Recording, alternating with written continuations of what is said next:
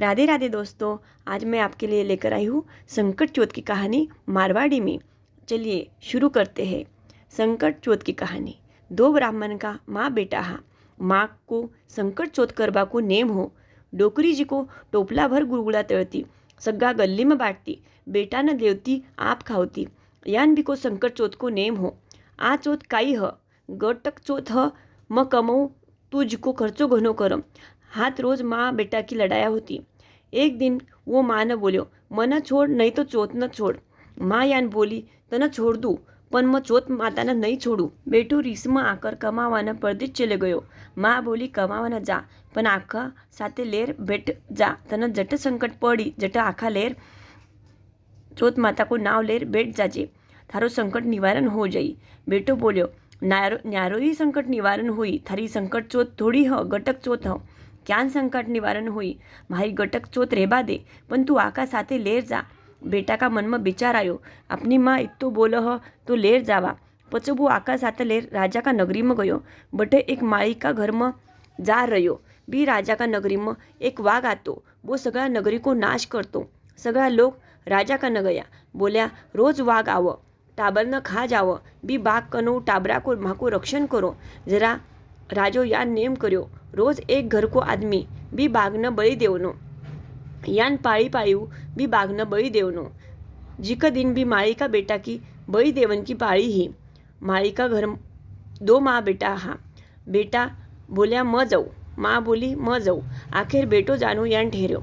माँ बोली, आज मारो बेटो बळी जाई, रसोई करती जाव, रोती जाव, बिना नहाकर जिमायो। डोकरी को बेटो लंबाऊ सगळा देखो हो।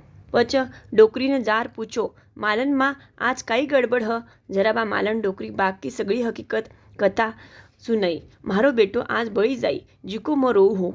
डोकरी को बेटो बोल्यो, मालन माँ म जाऊ थारा बेटा का पाती को। जरा भी डोकरी ना आनंद हुयो। जा बोली, पछ बिना नहवाया चौकी चौकी रसोई कर जिमाई। जरा बळी जावन की टेम हुई, जना मन उठा देजे। पछ राजा का सिपाही आया, बळी जाबा की टेम आई। बा डोकरी बोली, बिना क्यान उठावा, वो तो सोई गयो ह। पछ बिना लंबाऊ हाक मारी, उठ भाई, बळी जाबा की टेम हुईगी। पछ वो उठ्यो, हाथ मुंडो धोयो और मन में विचार कर्यो, आज आपा माँ का संकट चौथ की परीक्षा लेवा। माँ संकट चौथ को वास सच्ची करती ही कि गटक चौथ करती ही। पछ वो बळी जाबा न निसर्यो। बिना बाजा गाजऊ जट ठराविक जगह ही बट लीजार छोड़या। ये लोग सब पाछा आ गया। पछ बिका मन में डर लागवा लाग्यो, अब क्यान करनो। पछ बिना याद आई, अपनी माँ अपना न आखा दिया हा। ब आखा काढ़्या आप बठ्यो जट आका सामने रखकर बैठ गयो और आजू बाजू कार खींचर चौथ माता को नाव लेर बैठ गयो। आधी रात हुई।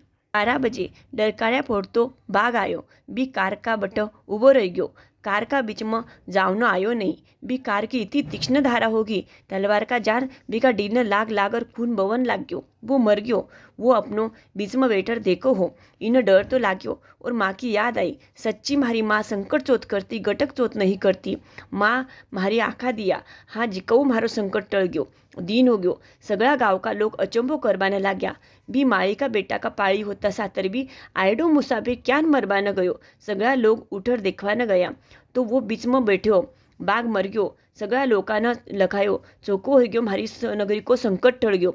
पछ बिन बठो उठाया, गाजा बाजाऊ घर लेर आया और बिन पूछो, थारखर इसी काई युक्ति ह, जिको तू जीतो रह गयो। बोल्यो, म्हारा कन तो कोनी ह, पण मारी माँ संकट चौथ की व्रत करती ही, जिको न म्हारा माँ कन रिसायर बटू आठ आयो, पण मारी माँ न मारी मया रही जी कोनी। बा बोली, तू कठई जा, पण चौथ का आखा साथ लेर जा। ब चौथ का आखा लेर आयो और सांबा लेर बैठो, जिकारू संकट निवारण हुयो। वो म्हारा माँ का पुण्य ह और बी नगरी को राजो बी छोरा को ब्याव कर्यो, घनो सारो धन दियो। बिका माँ कन लीजार छोड्या। बिका माँ न बेटा बो आता देखकर आनंद हुयो। पछ वो माँ न बोलवाने लाग्यो, माँ माँ मैं थारा संकट चौथ का बरस तू जियो हूँ, नहीं तो मर जातो। पछ भी बाकी हकीकत सुनाई। पछ वो माँ का पगा पड्यो, बहू पड़ी। पछ बोल्या, थारी सच्ची संकट चौथ ह, गटक चौथ कोनी ह। थारा संकट चौथ सु मारो संकट निवारण हुयो।